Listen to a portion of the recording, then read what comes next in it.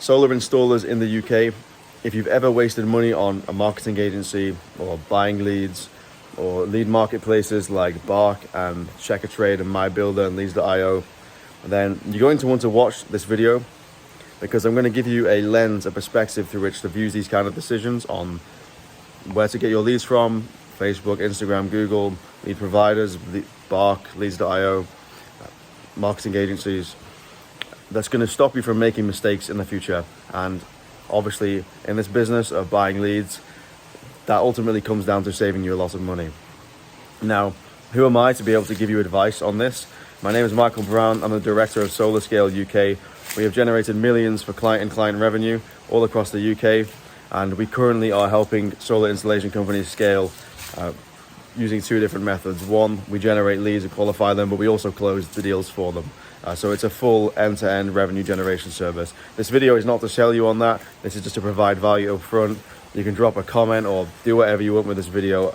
If you get any help from it, you don't need to tell me, you don't need to book a call, you don't need to do anything. Just saving your money will be enough for me. So I hear so many stories of people being burnt. Everyone who comes to us has had a terrible experience. That if I can stop that being you, if you're just starting your solar installation company, or if you've been in the business for 5 years and you keep being burnt, if I can save you some money, then that's gonna make me feel good. So let's dive into the video. It's another organic one. I'm just currently in my place. I've hopped off a meeting and this has just crossed my mind because I've just been speaking to someone about this, another potential client who has been burnt, and I think that it's about time that there's something out there in the UK right now that prevents people from making this mistake. So ultimately, what defines a waste of money in marketing, right? What defines a mistake? Because to first talk about how we can stop you losing money, we need to talk about what a mistake actually even looks like. Why do you want leads? Okay, you don't want leads is the answer. You want sales. If you had 100 leads and sold none of them, I think we can all agree that it would mean nothing. Really what you want is deals. If I send you one lead a week and it's sold every time, that would be 100% conversion rate, and it would be a hell of a lot better than 100 leads every week that didn't sell at all. Okay, so then you need to ask yourself, well, which lead source am I going to have the highest conversion rate on? And it's a balance, it's an equation, because whilst you might get one lead a week and you close them all, if your business needs 5 sales a week, that's also not enough. Right, let's deal with the low-hanging fruit, the easy decision-making first. If you're getting a cold call from a company, if you're getting a cold call from someone, they found you on Google Maps, or they scrape your data from somewhere, and they're saying they're going to double your revenue in the next 30 days, or they're going to generate you X leads or X deals in the next 30 days, otherwise you don't have to pay them a penny, run away. That's simple as that. Run away. It's always bullshit. It's usually some 19-year-old kid, maybe a lot younger actually, 16 sometimes, and sometimes maybe even older if they're late to the game, but it's usually some child who has no experience, who's looking to gamble your money with the chance of some sort of commission, right, and getting rich in his mum's basement. So if you receive a call like that, don't entertain it, just run away. And so many of you will have, and I'm not judging you for this, I know why, but so many of you will have given those people a chance, right?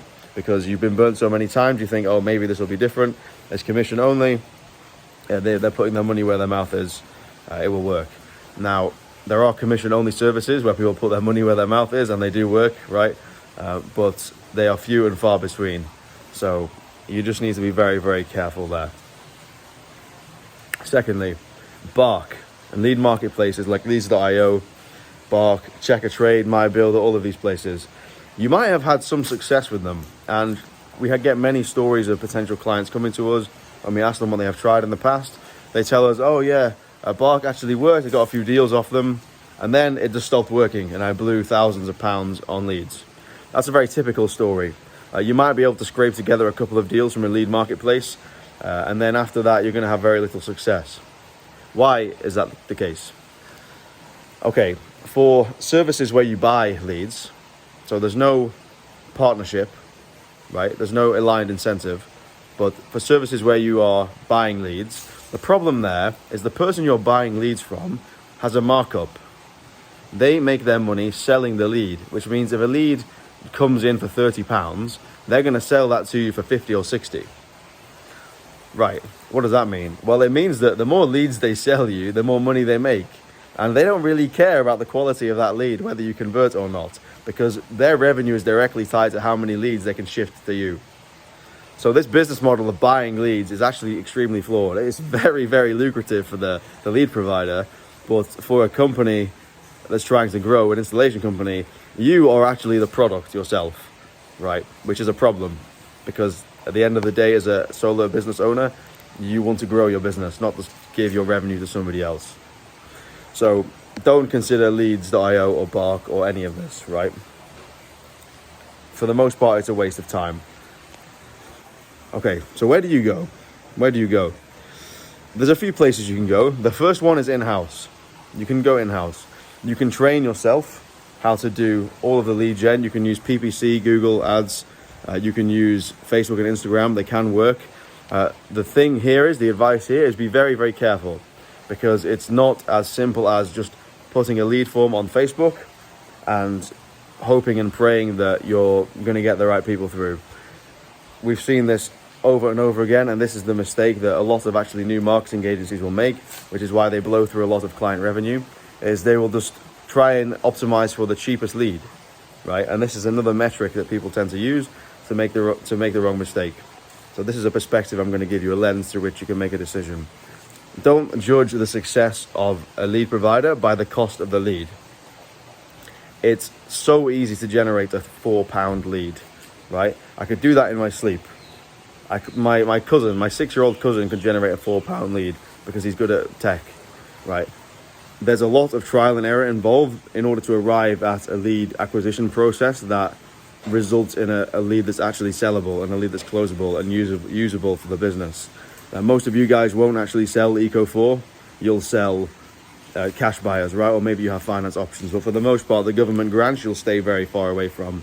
And it's a completely different lead, because the people on government grants cannot afford that cash buy or that finance system. Often they have credit scores that's too low. And so even if you offer them a finance option, you can't actually close them. So ultimately, even if you paid £100 for 25 leads, they're useless to you, and you've just blown it, right? You've just blown that.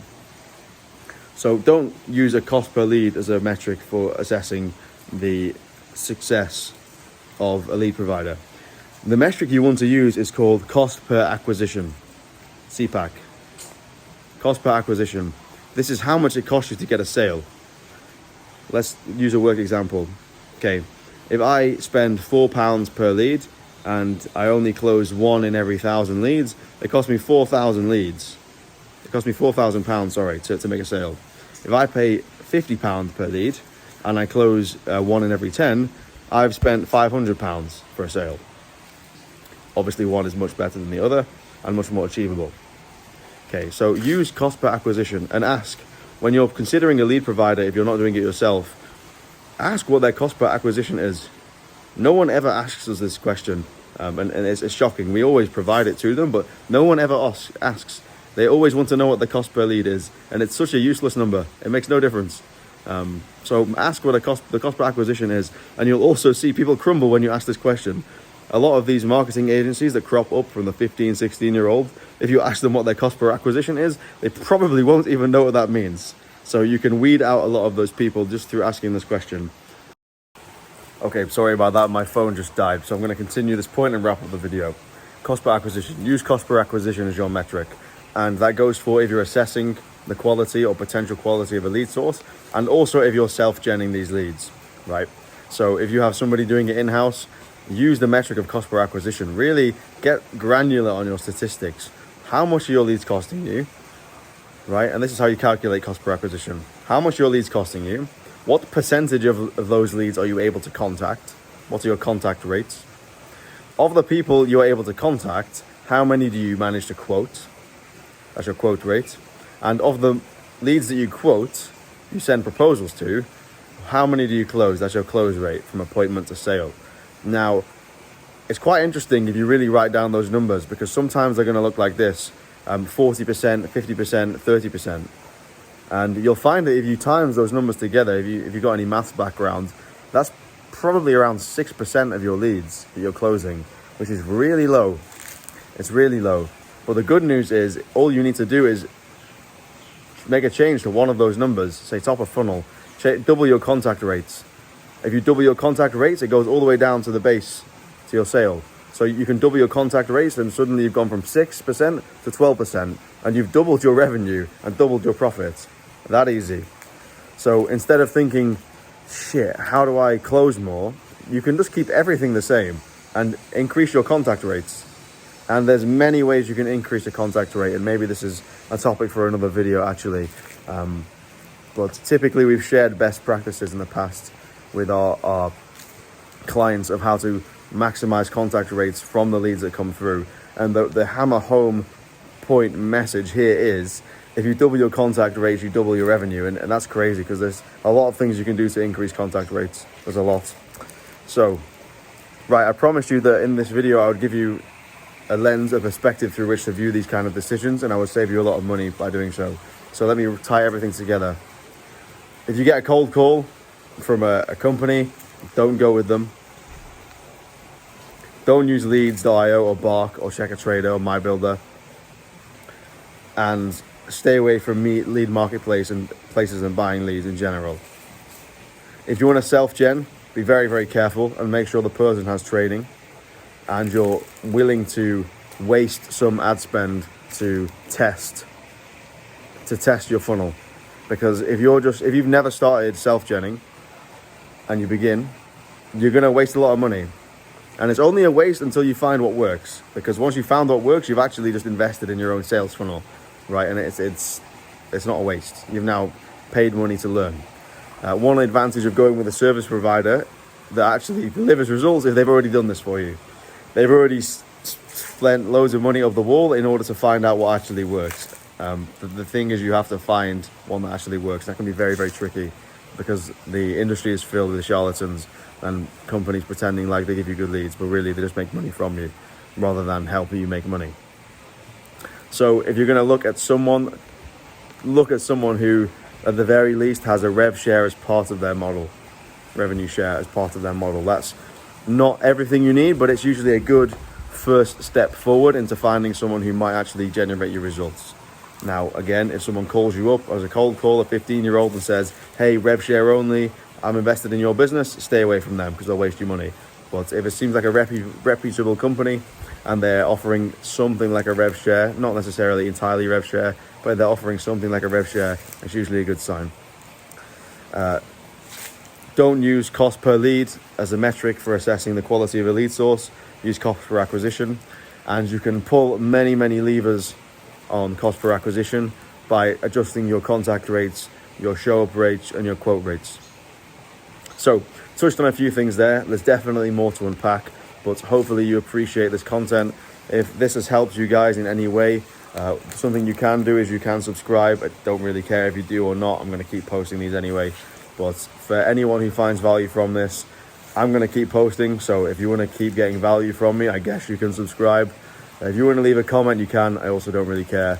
And I might leave some links in the description if you want to find out more. But this video is not for the purpose of selling you anything. So thanks for sticking with this. I really do prefer more of these authentic, organic style videos. I know it might seem unprofessional, me out here in a garden, but really between meetings, it's the only time I have in the day.